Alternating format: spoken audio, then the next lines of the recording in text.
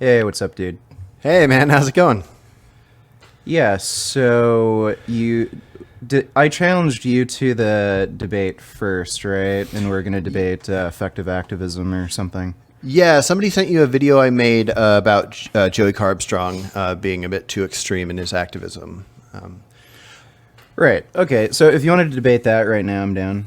Okay, I did have two other things to talk about as well, and because of a response you did to a comment in your live stream about crop deaths, I almost have more interest in a mini debate on that, but I'm going to leave it completely up to you. If you want to just do the activism one, that's cool. Well, I don't think the activism debate should last too long. I think we're like usually with topics like that, you're kind of gonna get to a point where you sort of have to agree to disagree. It's just gonna come down to personal preference, but we can do both if we have time. Okay, so start with the activist one. Yeah, sure. Okay, So, yeah, my position, I don't know what you consider activism to be extreme, like what your standards are, but Joey, I wouldn't call his activism extreme at all. I would just say he's doing what you would expect somebody to do if they're arguing for the idea that animals should have inalienable rights, just like human beings have. You have to use arguments around something like name the trait, where you make comparisons between human beings and animals, because like the idea of veganism is that there just aren't enough significant differences between humans and animals where you could treat animals as different beings when it comes to laws like a right to life. yeah. Well, okay, I'm glad you mentioned name the trait, because I actually used to love name the trait until I found a way around it, and I'm not a fan of it anymore. I was actually watching you debate somebody when I was inspired to think of this element.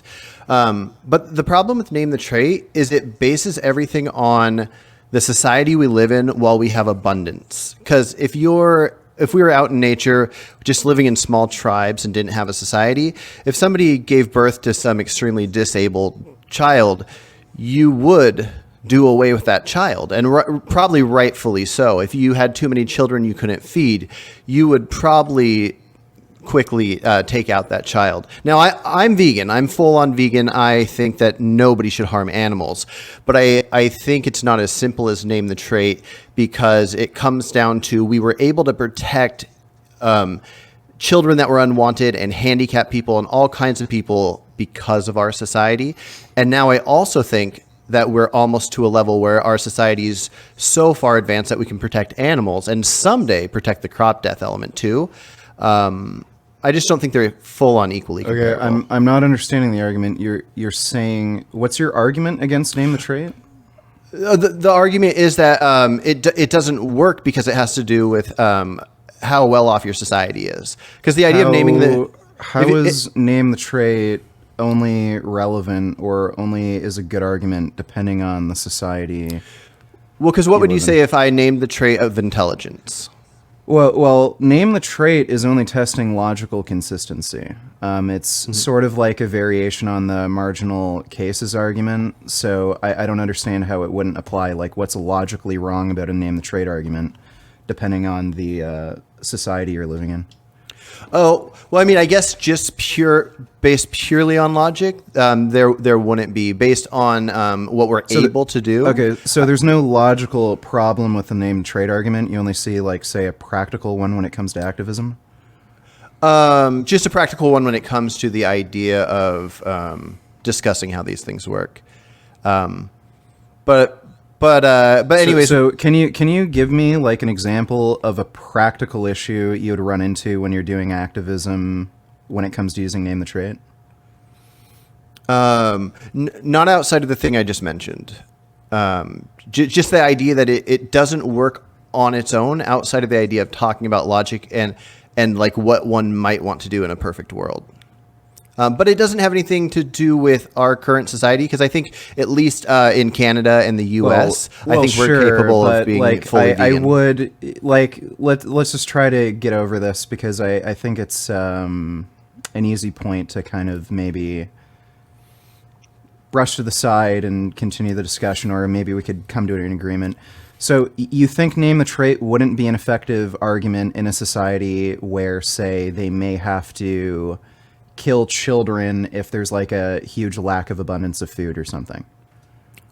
Correct. So only in the philosophical side of how I like to discuss things does name the trait matter. So I just want to throw that element in. My main concern is we care about animals. We want the world to stop eating animals.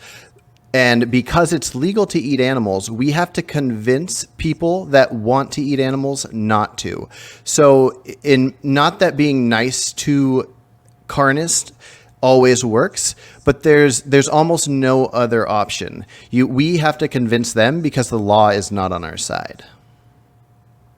Right, but your point about name the trait, you're saying it's unpractical to use name the trait, I don't know, on indigenous tribes people or something? Just as far as looking at a philosophical idea, name the trait just doesn't completely work because it only works if you look at our current society. I think it fits within our society. I shouldn't have sidetracked off to that, but I just do not think it's consistent because it's only referring to our abundance we have now. Well, no, it's not. Again, like you admitted that there's no logical issue with name the trait. There's no logical contradiction that it creates. Like, again, all it's doing is testing for logical consistency. So I just don't understand how it wouldn't apply. You couldn't use name the trait in, like, say, a setting with indigenous tribes people where they may have to violate human rights for some, like, I don't know, greater overall good to prevent more people from dying.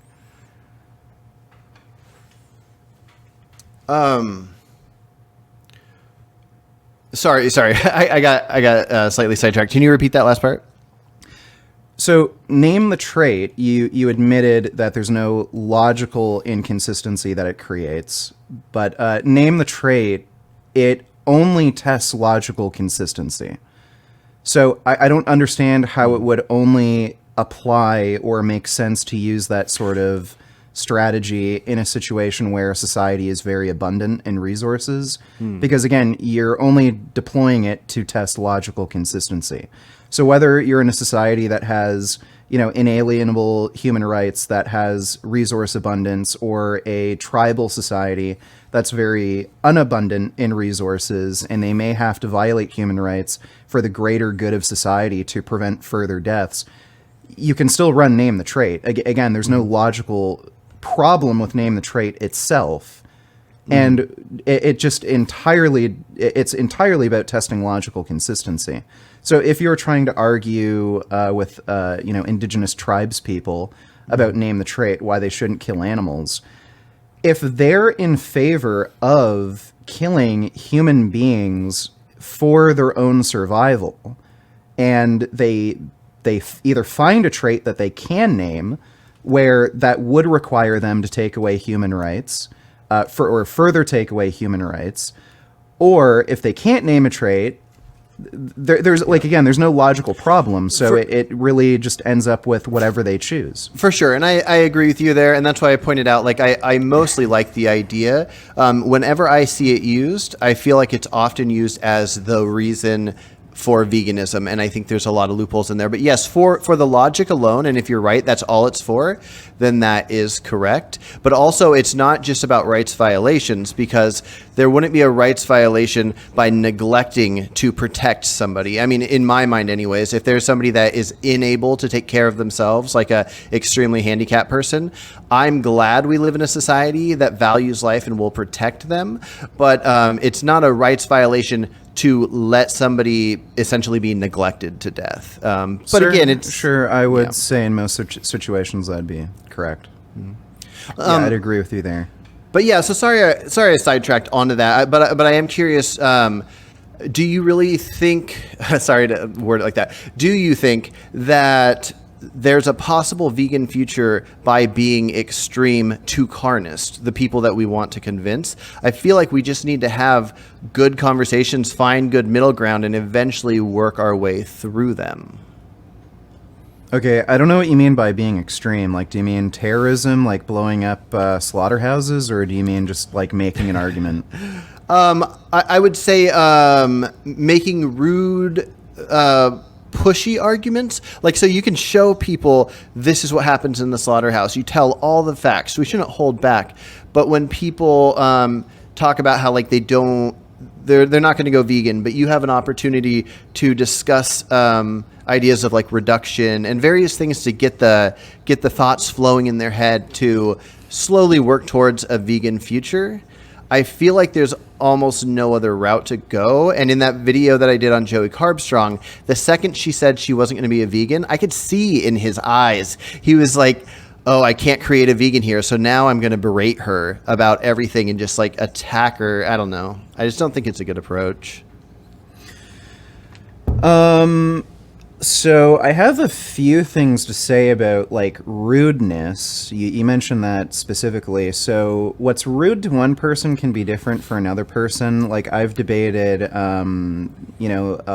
Muslims and Christians on religion before.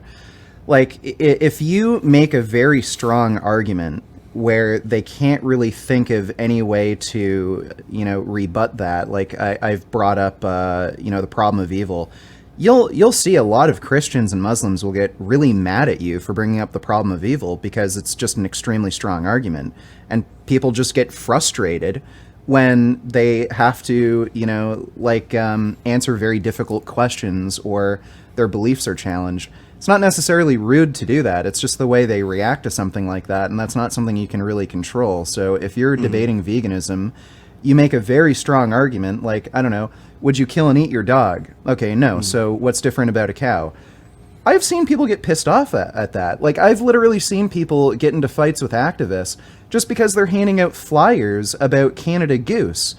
So you can't really control who is and isn't going to get mad at you as long as you use what I guess would be considered generally acceptable, behaviors in social settings. I don't think you're really doing anything wrong if you make somebody frustrated.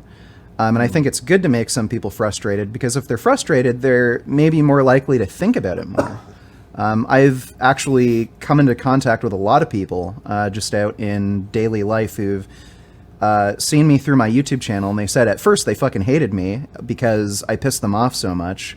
But they kept thinking about me and hate watching me, and then they eventually just had to accept that, oh, like, he's right. Like, I've gotten that quite a lot, so I also don't think it's necessarily a bad debate strategy to be okay with frustrating people. Yeah, and that's awesome that worked out for the people that were watching you. I would just imagine from what we can recognize from people, I mean, if you just look at how people react to the idea of vegans in general, there's such a negative idea to the word. And now part of that is because people hate the idea of feeling judged, and so they're going to just have this negative vibe to it. But I think a big part of it is when you get kind of wackadoodles like that vegan teacher, saying these extreme things like that Alex O'Connor should be hung and, all these different things. It makes people just think instantly vegan bad. And I think in my mind right now, the best thing we can do is try to get everybody, because most people are against animal abuse. Every time I ask somebody that eats meat if they'd be okay with punching a cow in the face for no reason, they say no. So somewhere in there, they think it becomes okay. And if we just get the whole world, all the non-vegans, talking and having, in the same way that people talk about abortion and circumcision and all these different things, instead of either go vegan or nothing, if we get everybody talking about, hey, let's force our government to change regulations. Let's get cameras in factory farms, making sure people can't do the worst of the worst. Let's start reducing. Let's start going for free range. All the silly ideas of humane slaughter work in that direction to eventually get to the goal. But I don't think we can just bounce to that goal. It would, so when it comes to things like animal rights, you're going to have a pendulum. The pendulum is kind of swinging in that direction of animal abolition. But if you're a vegan activist, you, by definition, would have to argue for the rights of these animals. And when you're just making these welfarist arguments, that's not vegan activism. That's just animal welfarism. So you are going to have to make arguments like name the trait, where you link, human rights and animal rights together. So even though I understand that, there is a pendulum and it's swinging in the one direction, and you're going to see incremental changes over time. If we're talking about vegan activism specifically, you do have to make those arguments linking animal rights and human rights. It's kind of like if we were to, be back maybe 200 years ago when black people were still in slavery. You're not going to make the argument that, okay, well, maybe we could just improve, the welfare of these black people, make it illegal to import slaves because, they're dying on these ships and it's really horrible. And maybe we should just, make it so they can't be whipped too hard. They can only, be punished by other means. Like, if you're a human rights activist, you wouldn't make those arguments. You'd make the argument that these are human beings too. I don't see any difference between black people and white people other than skin color. So why aren't we granting them the same rights that we have? No, I think that's completely wrong. I think that's exactly what we do and what we did do with slavery. So in the early 1800s, so about a little over 50 years before the Civil War, it became illegal to transport slaves. So the slaves that were here, and then any others would just have to be bred into slavery, which is obviously horrible. But then when it came time to emancipate, there was a bunch of different things. Like, a lot of people, especially in the North, wanted to emancipate, but also wanted them to be able to have the right to vote, and a handful of things. And Lincoln told one of his senator buddies, if we ask for everything, we will not get the right amount of votes. We need to end slavery. And then 10, 15 years later, black men got the right to vote. And every movement, whether it's feminism or it's slavery, everything happens in baby steps, usually with everybody fighting to get each next step, like ending bullfighting or ending fur. Fur will probably get ended before consuming animals.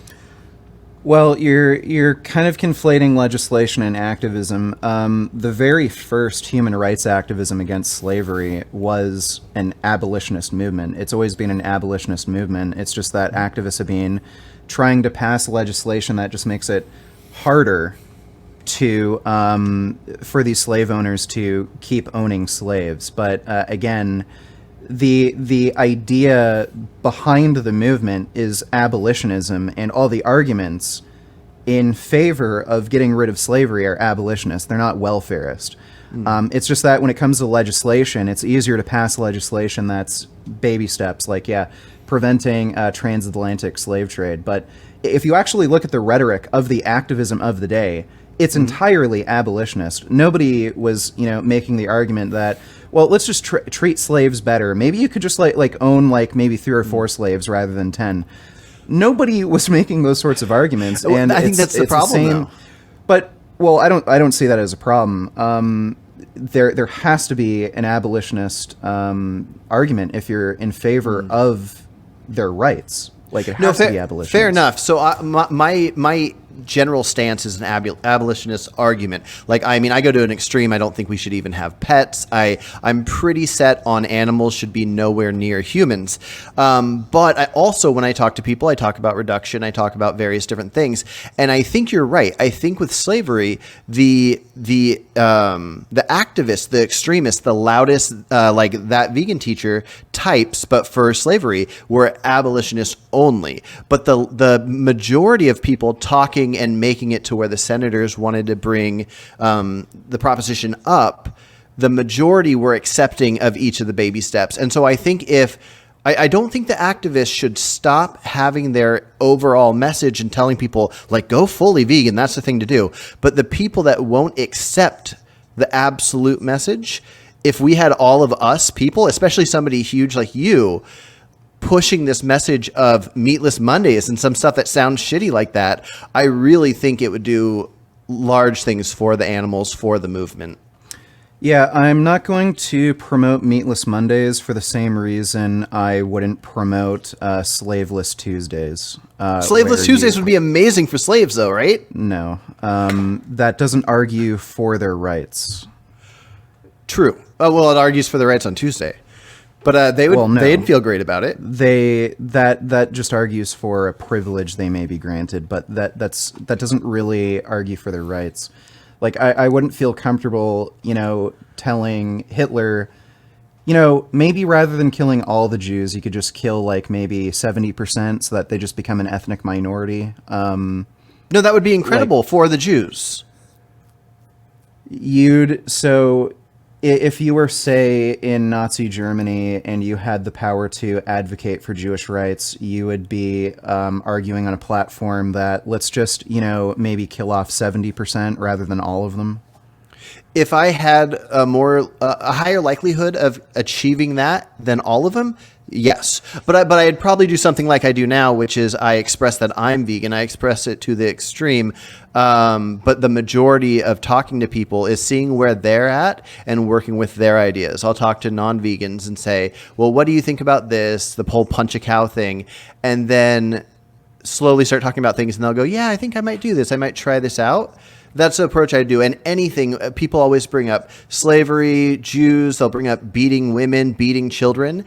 Every little bit that helps is good. Beatless Mondays for beating your wife would be amazing for the wife.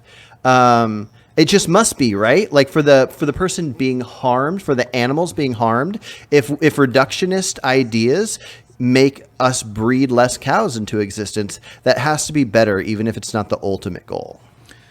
Like again, that's welfarism. That's not something that will actually grant them rights. And when you're talking about trying to pass legislation where you are kind of moving that pendulum towards that direction, again, you're rarely ever going to see huge legislative changes all at once where, one day a whole group doesn't have rights, but now they do have all the same rights. Same with black rights. They first were emancipated, didn't have the right to vote. They were granted the right to vote. Then they were granted, these other rights and freedoms gradually. Mm-hmm. But again, if you're looking at activism of the day, when it comes to black rights, when it comes to women's rights, the actual activism itself has always been centered around things like abolitionism. It's only these legislative changes that they knew they could, realistically get that they were okay with. Yeah. But you're never going to see women advocate, can you just beat us less? Could you just let us maybe not quite vote, but just, be able to, I don't know, have some sort of political... There's never any, this is never a part of activism because... it's ridiculous. Yeah, nobody ever has these. And again, by the way, when you're talking about emancipation of slaves, wars were fought over this. People had to die. Same with actually women being able to have the right to vote. I'm pretty sure people did die. They were planting explosives. And I think in France, they actually ended up getting halberds and pole arms and marching through the streets and threatening to fucking kill people so that they could get the right to vote. So, I mean... When you're talking about vegan extremism, I don't think it's ever going to get to the point where you have vegans blowing up businesses and getting pole arms or going to having flat out civil wars over things like this. So when we're trying to link these or draw comparisons between black rights and women's rights activism to veganism, I don't know how you could say Joey Carbstrong is committing extreme activism. I wouldn't call him committing extreme activism, but real quick, I do want to mention, I don't like to pretend I know things that I don't, and I don't like to claim something is something that I don't know. So you might be right about for women's rights that they were never going for individual issues, but I don't know if that's true. Because Well, I'm not saying they didn't go for individual issues. Yeah, women's rights, like every activist organization or movement does attack single issues. So, Gotcha. well, like Because the right women to didn't. vote, emancipation. Yeah. Well, women yeah. didn't have the right to own property. They didn't have the right for divorce. If there was a divorce, Yeah. they didn't have the right to own their children, and they didn't have the right to vote. And each of those happened in like 10-year increments, like something like that. And sure, the overall thing was, we're women, we're human, let us be. But each time something came close to like being voted into law, there would probably be some big push like, don't piss off the men too much by saying we want this and that. Let's just let us get the right to own property. Instead of when the husband dies, it goes to the oldest son. Now the woman can own her own house. And that's kind of what I think we need to do. Sure, with but what we're doing. Like you've called Joey Carbstrong an extremist, right? Or you know, he's doing like extreme forms of vegan activism. Like again, if we're going to draw parallels between, you know, human rights activism when it comes to women's rights, black rights, and you're fine with women's rights and black rights movements, you know, saying things like, you know, black people should have a right to vote, they should be emancipated, and women saying, you know, same thing. Like, I don't know why it's extreme for a vegan activist to, you know, use an argument like name the trait and say animals should have a right to live. Sorry, no, I wasn't saying that the name the trait was extreme. That was just a separate note. But okay, no, you're right though. Him being extreme, it's what I call extreme, is nowhere near what the other extreme things we were talking about. It just, in my mind, the idea is if something pushes away the person we're trying to convince, I call that extreme. And that made me want to ask you a question, though. If we could press a button and magically know that going the approach I'm saying would get us to a legally vegan world in North America in 20 years, and that going the approach that you're saying we should go, if we knew it would take, say, 50 years, with that magical knowledge, do you still think there's a wrong thing to it? Or is it just that you don't think it's likely that my approach would be best? Well, I would just say it's likely that your approach wouldn't be best, but if I had a crystal ball and my ultimate goal was, you know, abolitionism, I'd probably go with your approach. Okay. If I somehow knew, because you'd end up saving like literally trillions of animals with that approach. Just the difference in lives saved would be massive. For sure. But yeah. You mentioned, by definition, extreme activism is anything that pushes away the people that you're trying to reach. So, like, that could literally be anything. Oh, true. But what I would mean, say is like something that we could recognize reasonably. I mean, obviously it's subjective, but if somebody just hears that somebody's vegan and thinks that we shouldn't harm animals and they think that's stupid, then that doesn't mean anything. You know, that the idea that they're going to think that no matter what doesn't make anything a person said extreme.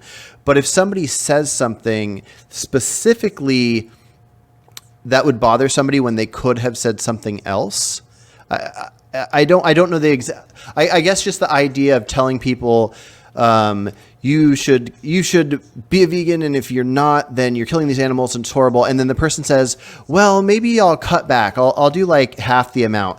And instead of like viewing that as progress, telling the person, no, if you do that, you're still horrible. And then the person goes, oh, well, I don't even want to be associated with vegans. I have to call that extreme if it's going to push away progress for animals.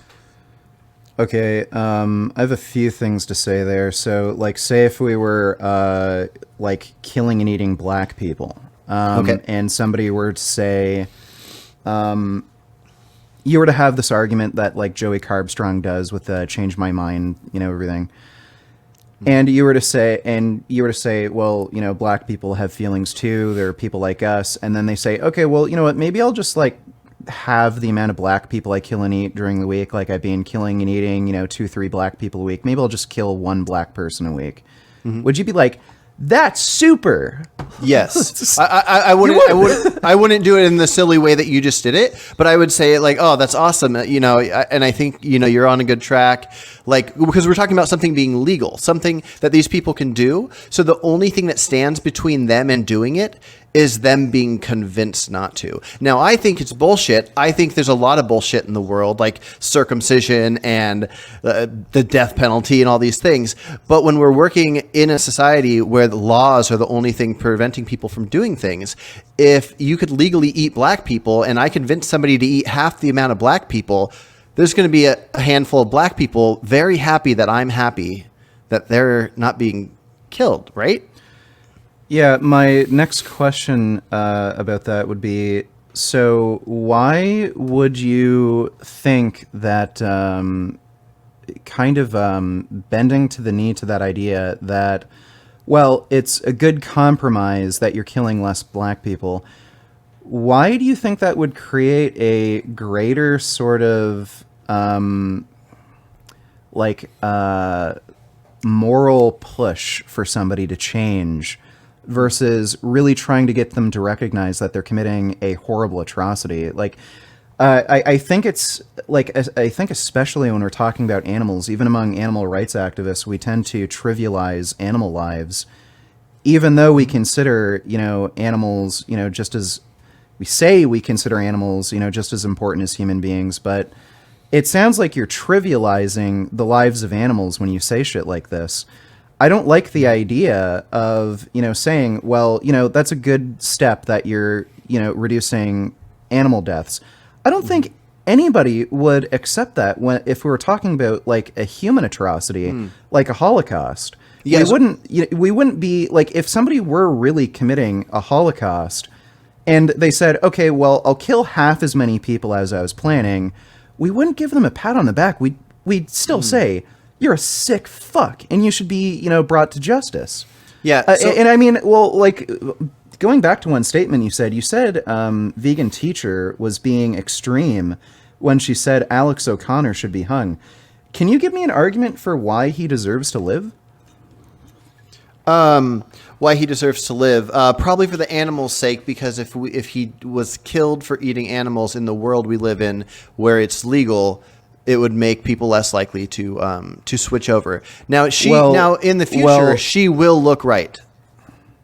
Her statement will look right in the future, but her statement harms animals today. So, wait. So the only argument you can give to justify Alex O'Connor's life is that other people would find that as an act of extremism. But outside of that, if this were, say, a situation where he'd be killed and he wasn't a public figure, and nobody knew that this was a politically motivated killing, you'd be in favor of his death? At this point, if the information we have about being healthy on a vegan diet could be like 100%, we're all convinced of it, and there's been enough time that it's official. We need no animals. Then I would say that yes, with that knowledge, and especially if it was in law, I would be in favor of that for sure. At this point, I would say, even though I think we can be vegan and healthy, I've been vegan 8 years. My daughter's 7, and she was born vegan and has always been. I think we can be, but it's new enough that I don't like to make that extreme claim that, like, if I was out in nature and I saw a man killing another man, I would kill the killer. But a man in nature without a society killing an animal and eating it, I would be on the fence, especially depending on what knowledge I felt comfortable with. So anyways, I don't want to say I think Alex should die, but I can imagine a realistic world where it does become a very harsh punishment for harming animals for no reason, like enjoying their flesh. Okay, well, it sounds to me like you're kind of making an excuse for him that maybe he's ignorant and he could change in the future. But I mean, like, while that's happening, he's probably, over the course of years or decades that he may be alive, where he isn't going to be vegan, he's likely going to be responsible for the death of several hundreds, if not thousands, of animals. So if this were like a similar circumstance where a human being thought in some way he was justified in killing other humans, and he, for some reason, thought it was necessary, either for political reasons or for health reasons or what have you, you would feel comfortable with letting that person kill hundreds or thousands of people over the course of how many years until the society they lived in came to this new realization that there isn't any political or health or otherwise reason to kill other human beings. Yeah, I mean, I would have to be convinced of something, and I feel pretty darn close to convinced of it. But yeah, it would involve needing a society pushing a certain law. If I gained if the healthiest a human could be was a certain number, and I could gain 50% extra health by eating a human, I don't know, out in the world without a society stopping me, maybe I would. If I was on an island and I needed to survive, I would definitely eat a human. So I think it becomes complicated depending on if we're looking at a society and how their laws protect others. Yeah, so when you're talking about Alex, who's been part of the vegan community, who's an Oxford University graduate, so has to have a pretty good head on his shoulders, and he has made a video admitting that on a well-planned vegan diet you can be perfectly healthy, and his only excuse was, I can't be fucked to have a well-planned diet because I just like eating out with my friends. You think that's an adequate justification to allow him to live? To allow him to live. I mean, I guess I have to know what you mean, because I don't want to stop him from living. If I could press a button and I don't get in trouble and I can make him not live, I wouldn't make him and all carnists die. Again, well, I think him specifically, let's say. Okay, yeah, him specifically. I think personally, even though I'm not in his shoes, I would sacrifice my speaking tours and whatever else his IBS and whatever got in the way of. So if I was him, I would have stayed vegan and just stopped doing speaking tours. Well, no, I'm asking him specifically if he could press a magic button where he would no longer exist. No. Let's say it's like a death note. You wouldn't press that button, even though nobody could figure out that it was a politically motivated killing. Well, no. But one reason is I think he's one of the most important voices in the vegan movement even today. He's not vegan. I know. Well, he's one of the most important voices in the vegan movement today. By the way, he never even promoted veganism. If you've seen some of his talks, he's openly spoken, even while claiming to be vegan. He's not in favor of giving animals codified rights into law. So, this guy has said tons of things against the idea of veganism. I don't think even his beliefs around vegan activism could be considered vegan. Well, so what I factor in when I talk about the idea of the vegan movement would be anything going towards less animals dying. By the way, you'd be okay with somebody killing and eating animals so long as they're a good vegan activist. So say if they were turning, I don't know, a person vegan every day, you'd be okay with them killing an animal every day. I don't know what you mean by okay with. Well, yeah. If the alternative is you could kill them, but they wouldn't turn an extra person vegan each day. If more animals were saved by a vegan activist eating meat and then turning a lot of people vegan, I think I probably would. That's your argument in favor of letting somebody like Cosmic Skeptic live? Well, just separately from the idea of letting Cosmic Skeptic live, I would want as little suffering as possible. If there's X amount of suffering, whatever I could do to make that X amount of suffering decrease, I would go for that. As far as Cosmic Skeptic goes, I think he's probably doing better than most meat eaters in the world as far as causing less suffering. And I don't know how comfortable I feel just having people die due to how the human brain works, and people are raised eating meat and it takes them a while to be convinced that they should change. At one point I ate meat, so I would hate for somebody to have killed me when I did. So it's hard for me to say somebody should die, especially Alex.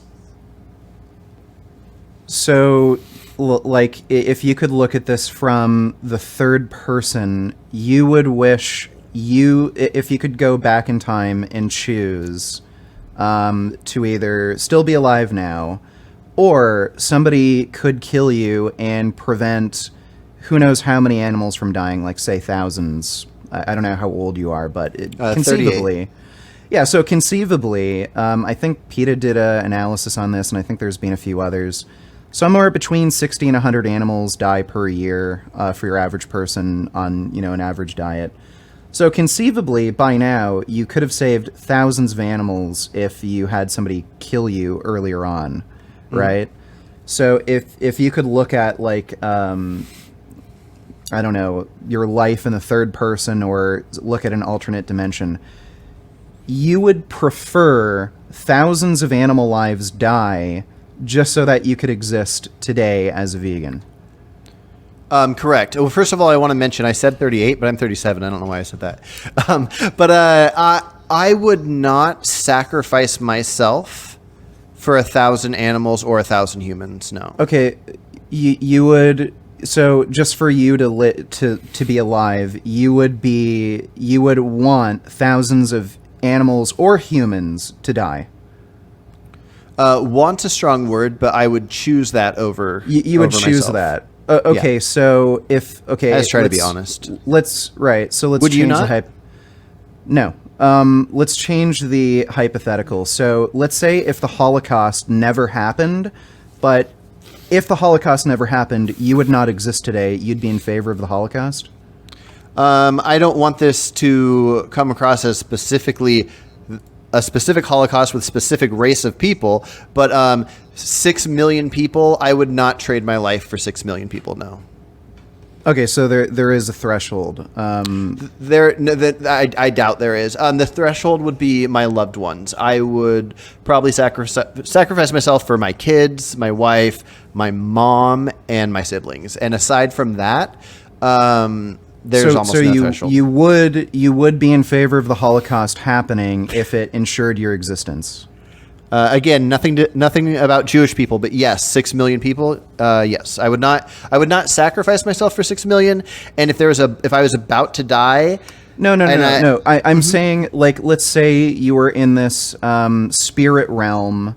Oh, never existed. Correct. I want to exist. Now that I know what my existence is and what I want in life, I would say right now that I choose existing more than I choose saving 6 million people.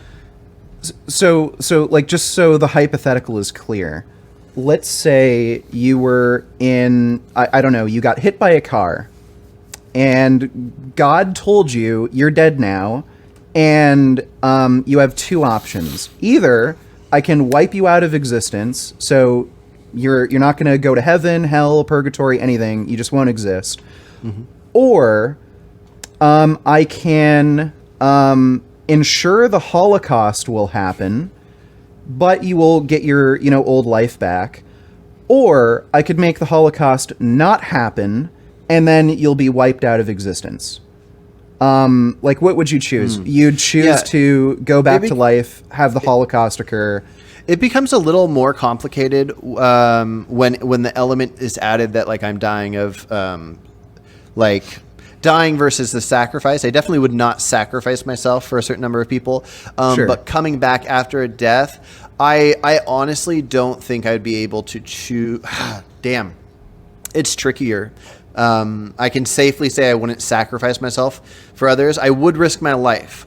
I would fight in the streets for people's rights, knowing there's a potential I'll live from it, but I would not press a button and end my life to save 1 billion people.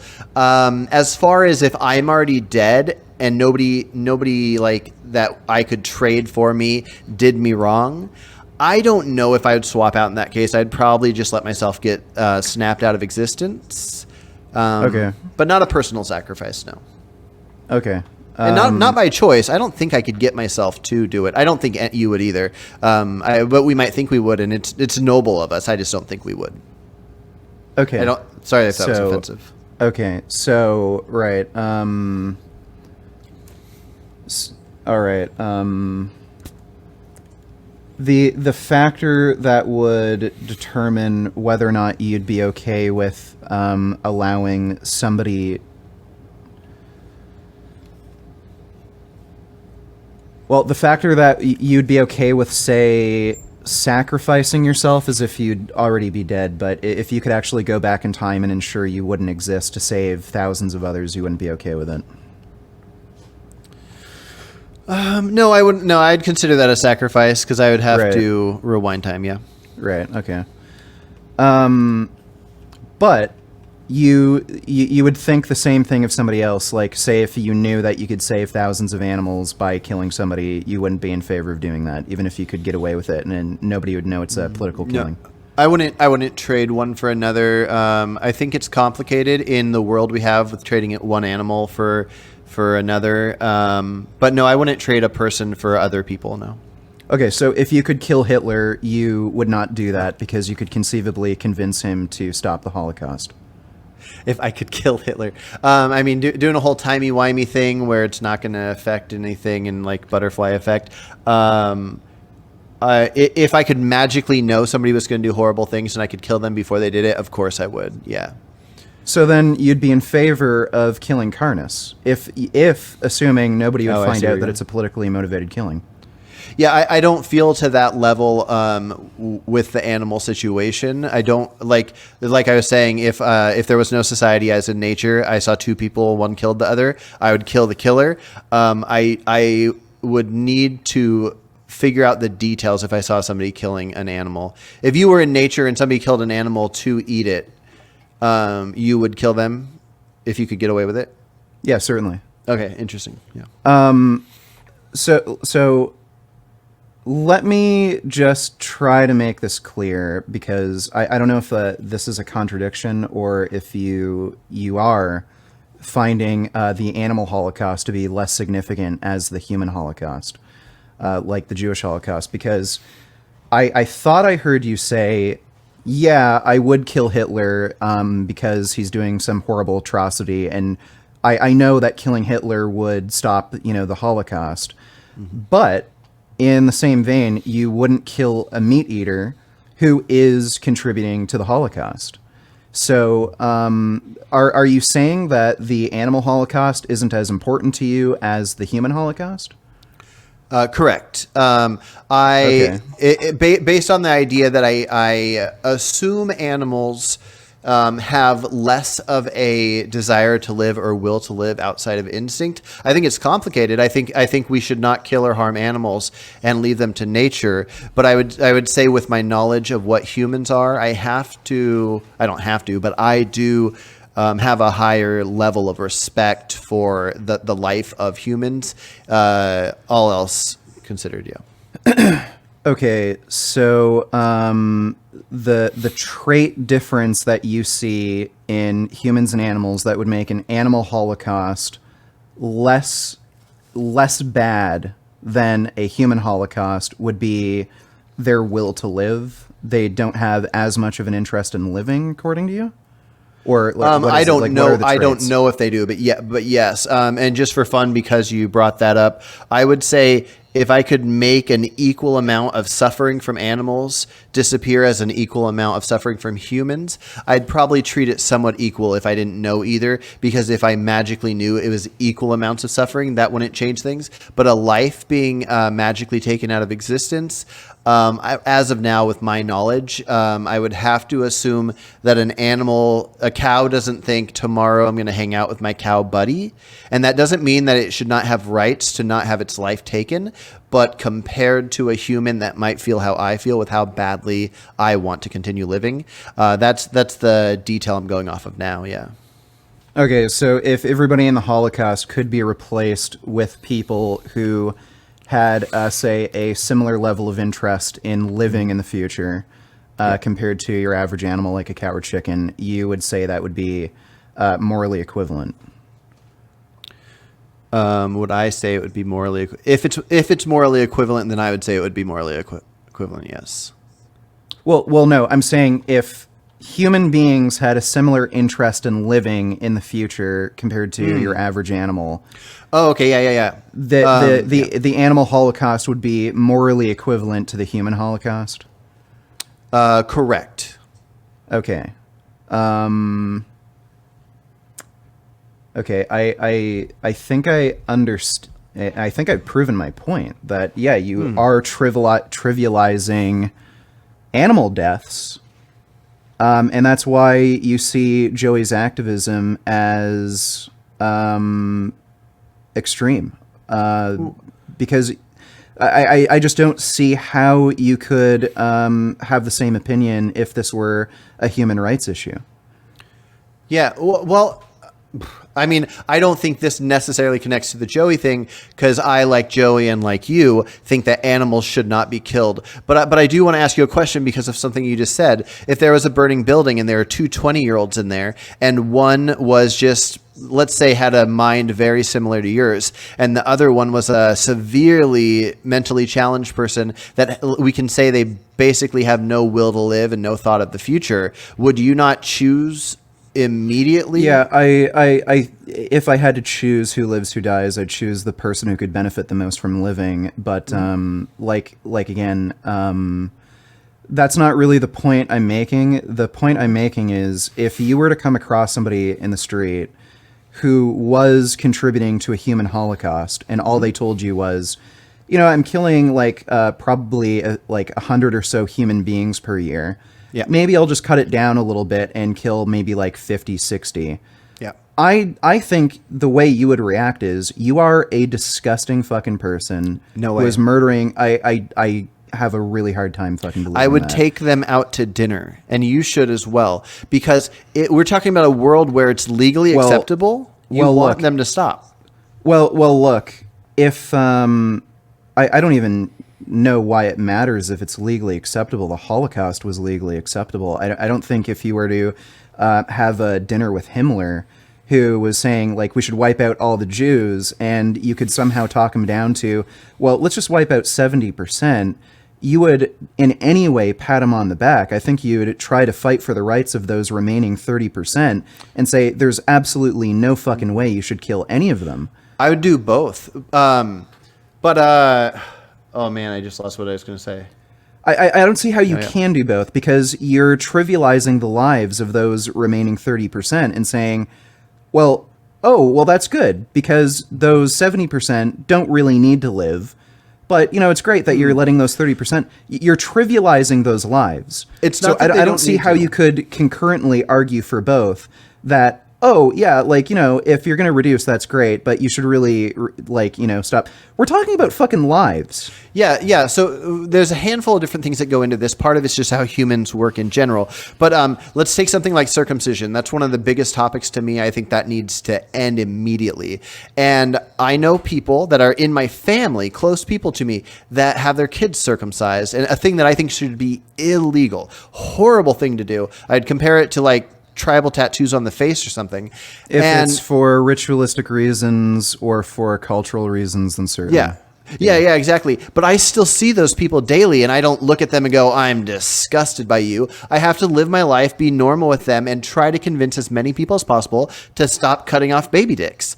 And so I do the same with people. You're talking about something different. It's very different. You're talking about a situation where you're completely burning the bridge with people versus the actual activism that you do. You can have a hard stance that you should never, ever circumcise a child unless it's there's a medical reason behind it, and not burn the bridge with that person.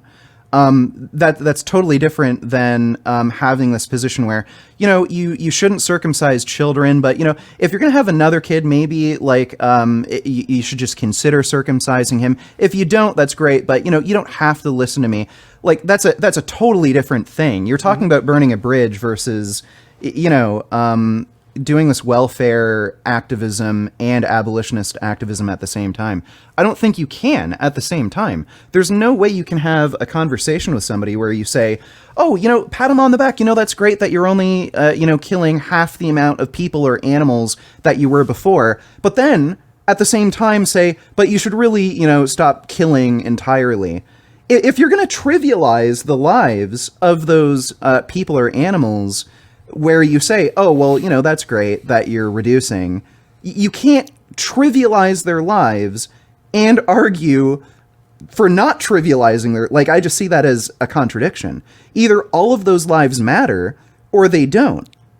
No, they matter, and that's how much they matter to me. They matter that I have to think of what do I think is the most likely thing to cause the least amount of suffering and to get us to this world that I think is the best world, and I take that approach with it. So let me bring something to you that might make this come a little more clear, because I in a message you had sent me, I don't think I understood your position on animal rights violations anyways. So if you take something like the element of crop deaths that is rodenticides, poisons are put out, rats come and get it. They have a slow, agonizing death, bleeding out. Now, I don't think this is a reason to not be vegan, but if you had a plate full of sliced up apples and there was a certain amount of suffering that came from the rodents dying in rodenticides, and then you had a plate with a steak on it, and let's say in this magical hypothetical, the steak and the apple are identical nutrients. There's no difference, but one took killing an actual cow to get that steak, and one was the apples and the rodents, and we knew that the suffering was, let's call it doubled, or let's say tripled. The amount of suffering that came from these rodents to get this apple was 3 times the amount of suffering and life ending that it took to get this steak. Which one's the more moral thing to do, and also which one's the more vegan thing to do if you had to eat one? Yeah, the apple. No bullshit. No way. Yeah, no, it would be the apple, because in the steak situation, you are taking away the rights of another being, whereas the apple situation, you're not violating their rights. Their deaths are a result of them violating the rights of, say, the farmer for trying to take their food.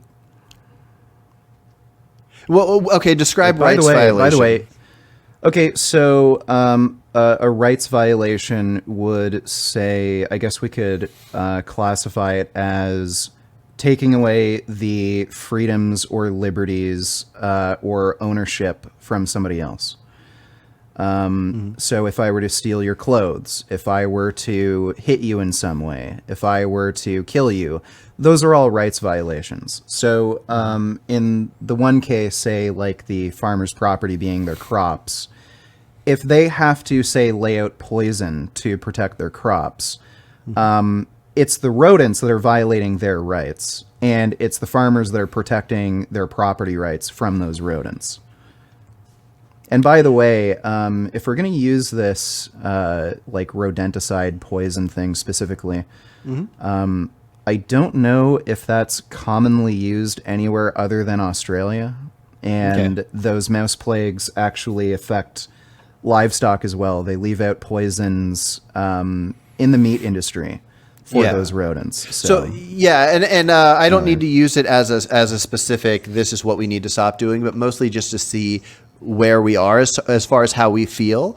I can't, with the reason I'm vegan, the reason I think that we should not make animals suffer, should not end their lives, I cannot see how, even if there's a distinction with rights violations, that you could say, and let's ignore the idea of plagues and all this other thing, just the idea of causing suffering and dead animals, that you could say that you would rather eat the food that would cause more suffering. Well, let me give you a hypothetical. So let's say you needed to... well, we can use the same hypothetical, essentially. Let's say you have a human steak and only one human died, so it's human meat on a plate. And on the other plate, you have a loaf of bread. And with the loaf of bread, there happened to be a horrible accident where 3 workers on this field ended up dying due to malfunction of machine equipment. What's more ethical, the eating the bread or eating the steak? Gotcha.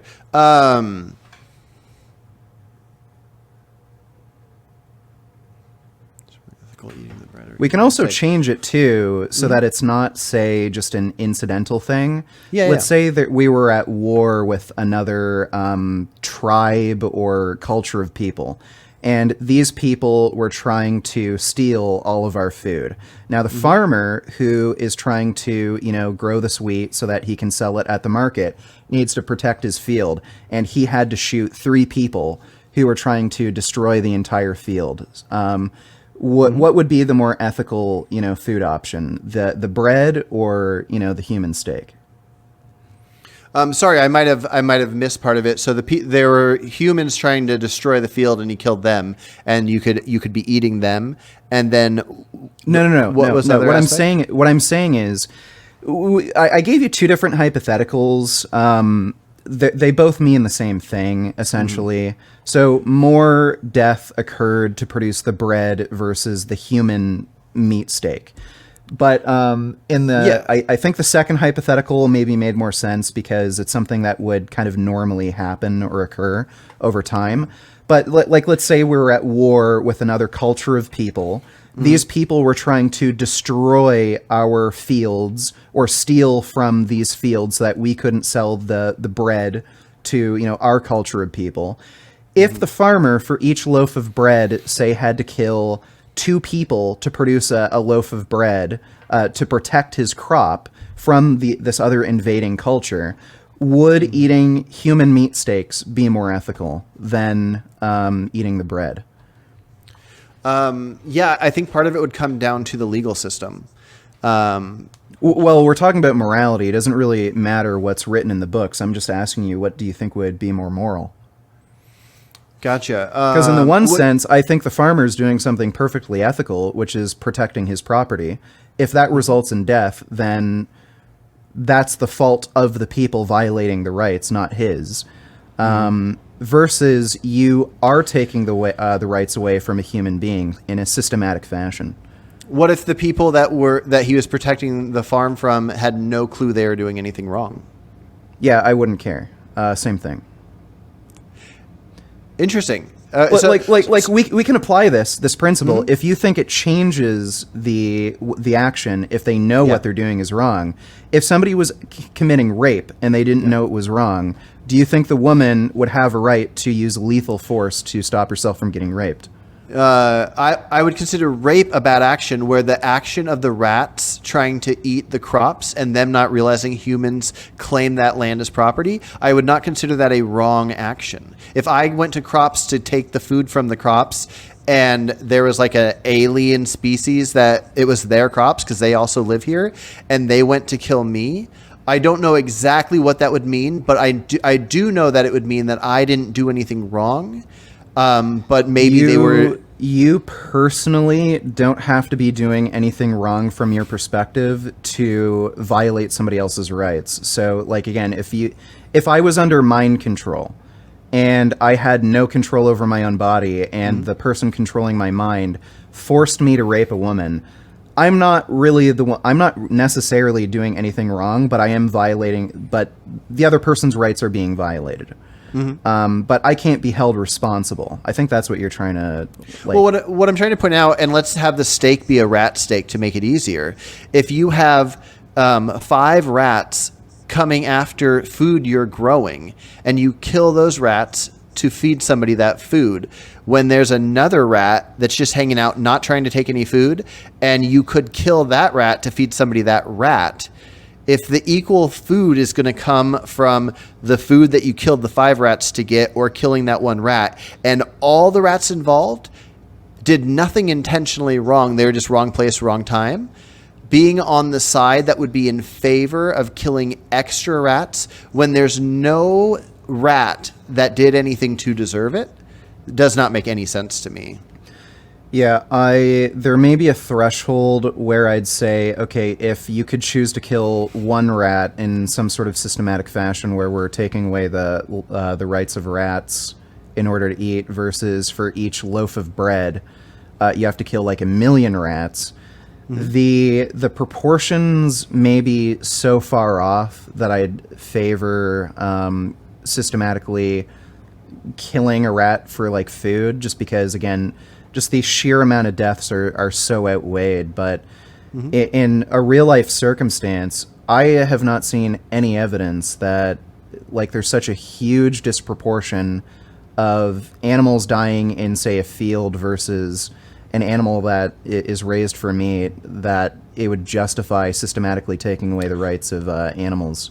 I'm not saying there is either. A greater amount of rights. I'm not saying there is either, but I think it's good for us to know where we would stand on that. So I think it's worth looking over.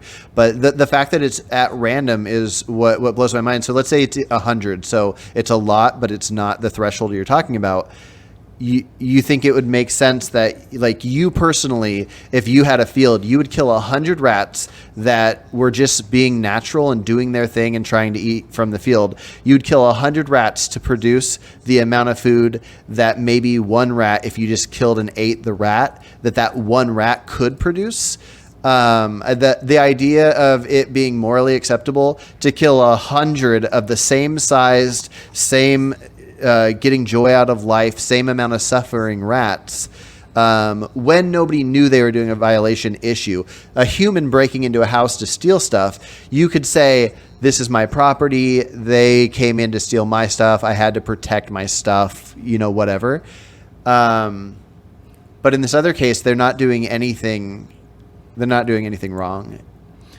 Yeah, I don't know if you're talking about a 100 to 1 ratio. I don't know exactly where the numbers would lie, but once you're starting to get around like single digit differences, like 2, 3 versus 1, I don't feel comfortable again with the idea of systematically taking away the rights of a class of animal or human just for the sake of the idea of reducing overall death or suffering. The rights seem to matter more to me.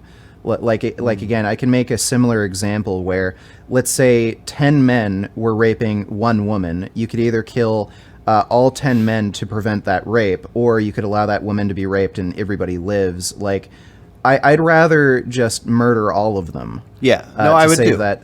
So, like, well, I not even just rather. I'd rather take out all 10 than 9 of them. Well, that's what I said. I'd rather kill all of them than anything else. Than have a situation where everybody lives. Like, even if they were under mind control, I think I knew that they weren't doing. They didn't know what they were doing. I think I might even still. So I would do the same if it was 10 men raping a sheep. I don't. I'm not a utilitarian, so I don't think entirely on this idea that, okay, well, let's just look at what causes the least amount of suffering. I think more from a rights-based approach. Mm-hmm. Yeah. Well, I'm a utilitarian when it comes to animals in our current society where the legal system is not on their side. I'm not a utilitarian in principle or on when it comes to humans especially. But probably just not even in principle at all if the law were on one side. I wouldn't kill a cow to save 100 cows, but if it had to happen within a system where the law is not on their side, I would take that number difference.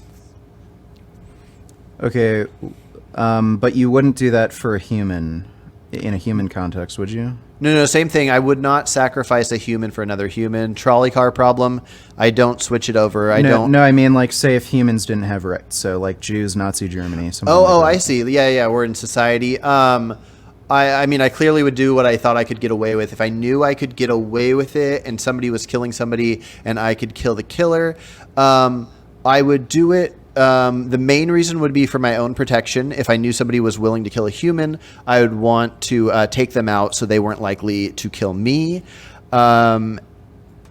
And yeah, I think I would just do it anyways, as far as I think that they did this horrible thing. But I don't think we're born with like any natural rights. Rights are just something that they have to be granted.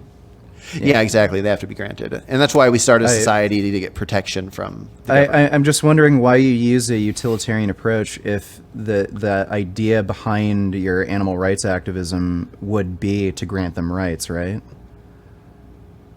Well, because there's legally an amount of suffering that is allowed to happen, which is whatever the extent is right now, and the utilitarian approach would be cutting that down. And that seems like it's got to be the most important.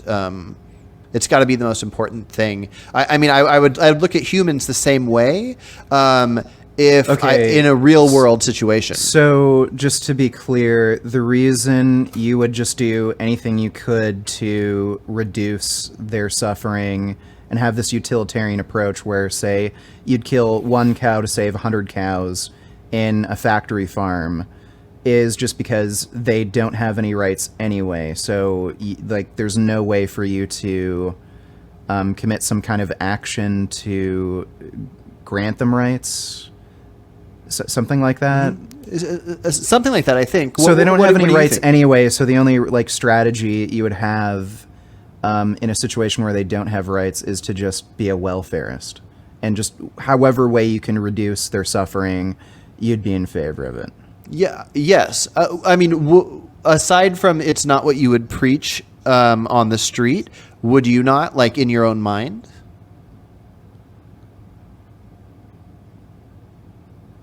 Yeah, I wouldn't feel comfortable killing a cow to save 100 cows, whether they have rights or not. Same with a human being. Like, what In if a you were human at a context. factory and there's like thousands of cows at this factory, and the guy that owned the factory just wanted to mess with you, but he was being honest, and he said, "We're about to kill these 100 over here, but this one that we weren't going to kill that can just go and live in a sanctuary. If you decide to have us kill that one instead, we'll kill this one, and these other 100 will go off to a sanctuary. But if you don't want us to kill this one that was not going to die, you can just take it home with you, take it to your sanctuary. But then these other 100 would die. Would you not do the utilitarian calculation in that specific instance?" Right. I don't know if I feel comfortable negotiating with with a genocidal, Holocaust perpetrator like that. Like again, in a human context, if it were a Jewish Holocaust and somebody gave you that same ultimatum, would you negotiate? I wouldn't do it with humans. I feel that it's different. Yeah. So Maybe if I it would was like legal, you to yeah. I would just like you to name the trait then. Like name the trait that's lacking in animals that if lacking in human beings, you would make that sort of negotiation with a Holocaust perpetrator. So two things. I think what pushes me over the edge on this is in the animal case, not knowing for sure exactly what their will to live, want for the future is, and me knowing with humans. And I think I just base it on myself. If I had less of a will to live myself, then maybe I wouldn't view it differently. But I wouldn't want to be chosen in that way. I wouldn't want somebody to let me die to save the 100, and so I wouldn't want to put that on another human, since I know how my species works to some extent.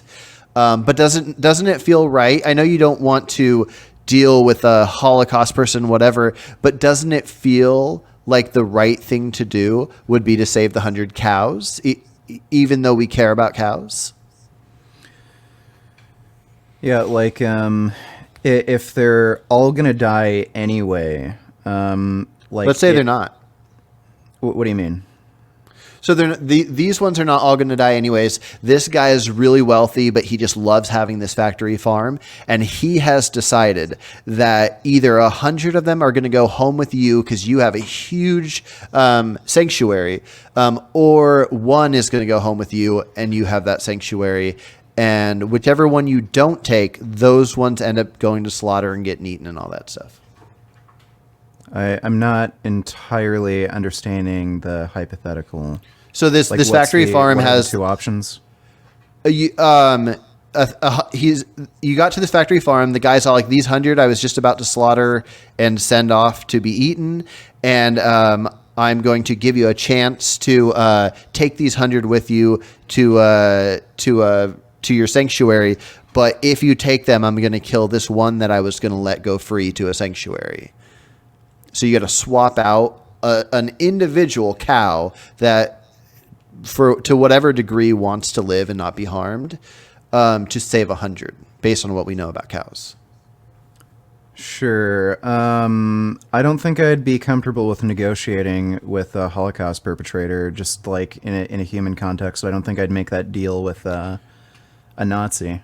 Well, let's say not negotiating means the 100 die. And it's fine to stick with that, because I do when it comes to the trolley car. It's going towards the 5 and I can switch it over to the 1. I let it kill the 5. But are you saying you would let it kill the 100 cows? Yeah, I don't think I would negotiate with somebody like that. Same with a Nazi. If a Nazi was giving me a similar ultimatum like that, I would just choose the third option and kill him. Fair enough. Yeah. It's a tough one. I don't want cows to die. Yeah, so I think we can kind of wrap things up. Yeah. Honestly, I think the only reason you have these positions that Joey is, being extreme when it comes to his activism is just because you trivialize animal lives. I just can't see you saying the same thing if Joey was sitting across the table from somebody like Himmler or, a serial killer who's killing and eating people, and they just plain and flatly stated to Joey, I'm not going to go vegan, plain and simple. I'm just never going to do it. And then Joey gets angry and starts, berating the person, saying they're terrible, they're committing this. I don't think you'd have the same thing to say to Joey, saying he's an extremist. If I am right, if him doing that brings more harm to Jews in this case, or people or animals, Well, then it must be the right thing to do. It would mean his emotions got in the way of what was right. Now, not what was right as the actual right, but what was right to say as a person that cares. Like, again, they're telling you plainly that they don't have an interest in going vegan. So if, like, the most objective thing we can go on is their word, then I don't see how that would make a difference, for one thing. And secondly, I don't know how it creates a stronger moral impetus to say, okay, well, could you, like, maybe reduce the amount of animals or people you're killing? Like, again, you're trivializing their lives versus trying your best to get the point across that all of these lives matter and you should do everything you can to avoid killing them. But you're talking to people that also trivialize their lives, so you gotta meet them. Well, at I don't their think level. they trivialize their lives. They trivialize the animals' lives. Yeah. Yeah, Right. and so you kind of have to come to it at their level. But yes, you had asked this question before, and I didn't get around to answering it because then another question came up. But the reason I think it's best to do it, and again, this is all speculation, I'm just honestly trying to do what's best for the animals. But the reason you want to do it is because somebody that's willing to reduce and goes like, you know what, I think I need this meat for health, but I don't think I need so much. I don't need the unhealthy stuff, so I'm not going to eat chicken nuggets and hot dogs, but I'm willing to reduce. That person, if they truly are going to do that, then their mind, the wheels are turning. Maybe the next week they're going to go, oh man, it's cool I'm doing this thing because now that I'm doing it and I think of these animals, like I'm actually saving animals. I heard from this reasonable vegan guy that because of me cutting it in half, only 100 animals die instead of 200. And he might feel off about that. And then after a couple more weeks, especially if I keep in touch with this person, then they might be like, you know what, I'm going to cut dairy out because I didn't know about the taking the calves away and the forcefully impregnating. And it leads to change. If you're talking to somebody who's thinking like that to begin with, where, oh, well, I feel like, I like the idea of killing less animals when I don't even need to eat that much anyway, why don't you just push them that little bit further in the conversation and say, if you feel good about lowering your animal deaths, why don't you just bring it to zero? Wouldn't you feel fantastic? Yeah, no, I think it is best to either get to that level but not push it too hard, or start with that level. Like Earthling Ed, I think he's one of the best at it, but he goes too far because I think he starts off great talking about what we should do, the ultimate vegan message. But when people are receptive to him and really enjoy what he's saying and they think about it and they want to reduce and cut down, I think it's a good point. As soon as they are pointing out, I'm not ever going to stop eating meat. I was raised on it. I love it, but I'm thinking about whatever. Like at that point, I think the right thing to do for animals would be to encourage that and to get that person walking away thinking vegans are pretty cool. And having that extra push of just hammering, I just don't think is ultimately good for animals in the long run, but I could be wrong. Yeah, generally, this is a problem for all forms of activism, trans rights activism, gay activism, black rights, you name it. What tends to happen is the group that is the group that are the ones perpetrating violence of some sort against that group are the ones telling you, why do you have to do activism in that way? Like, if you just weren't so out loud and proud about it. They always try to control the message because they don't like any opposition.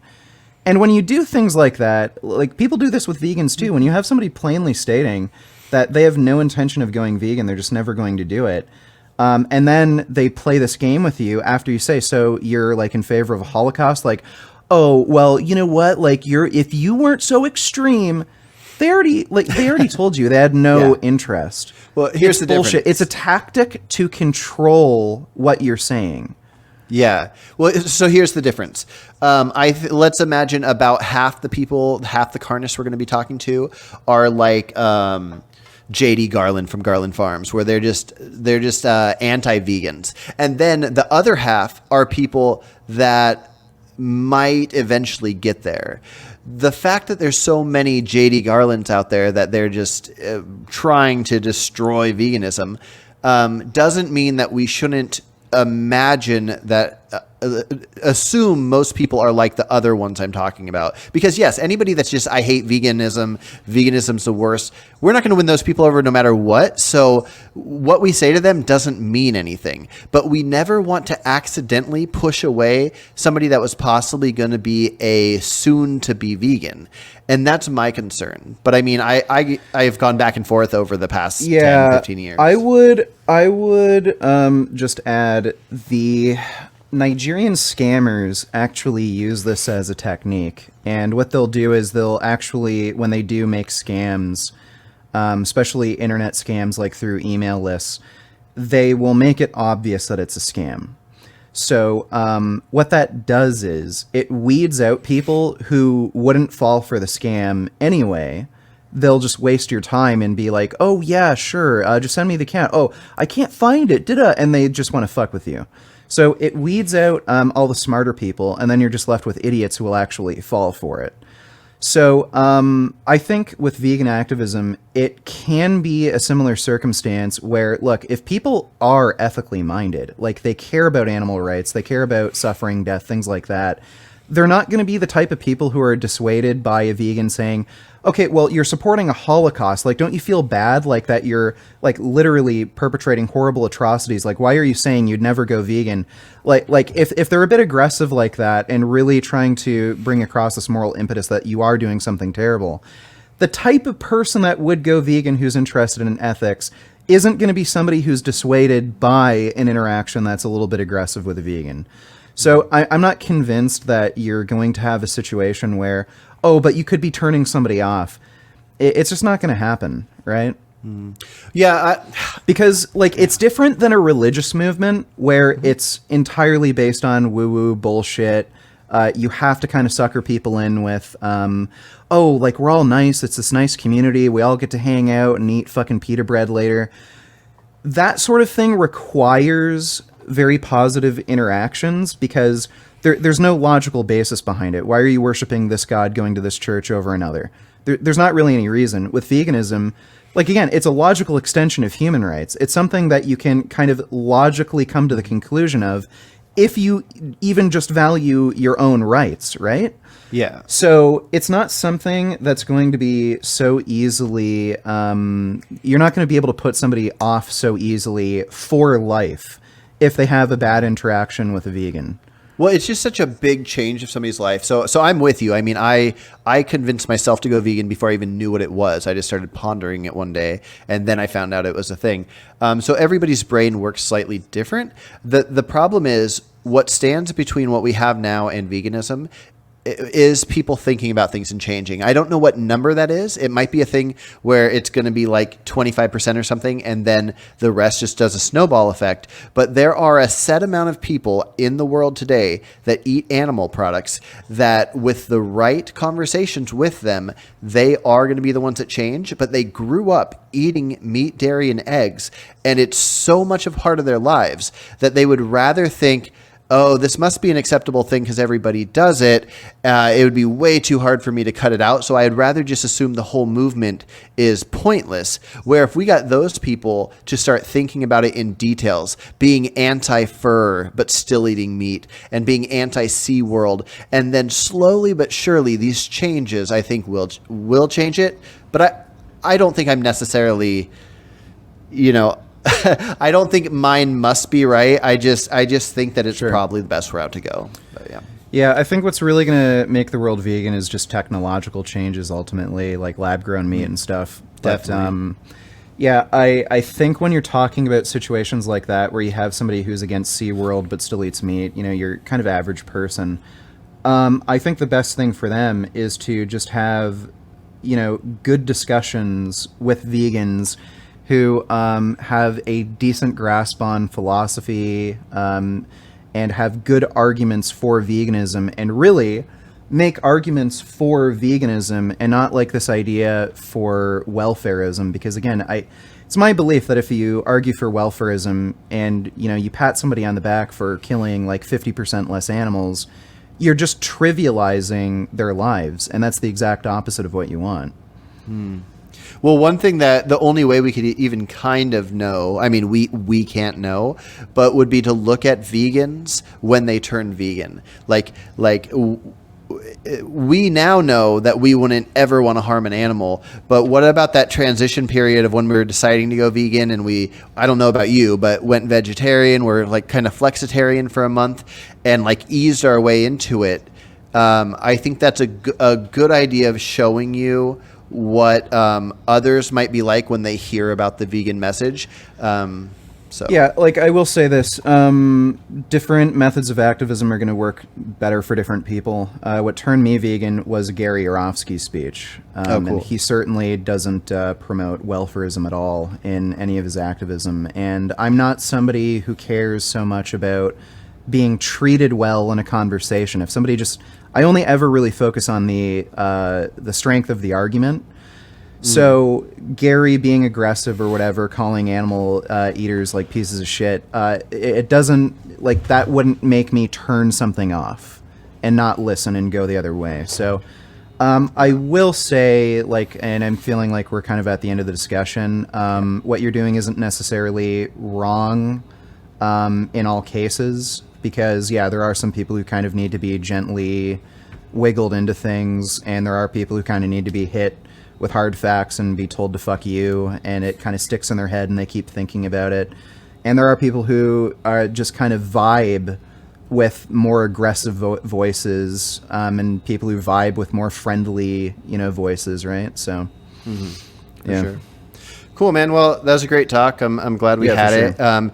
I don't know how often you're up for having discussions, debates, but I have another channel where I talk about abortion and that kind of stuff. I'd love to chat with you about that someday. Yeah, sure. You might want to watch my debate with Dr. Avi on abortion and see if you actually have an interest, because I changed my view on abortion after the debate. I watched the latest one you had with Destiny on it, and I thought that was great. And I thought of things that I agreed with you and disagreed, but I'll check out the Avi one, and then I'll shoot you an email. Okay, awesome. sure. All right, take care, man.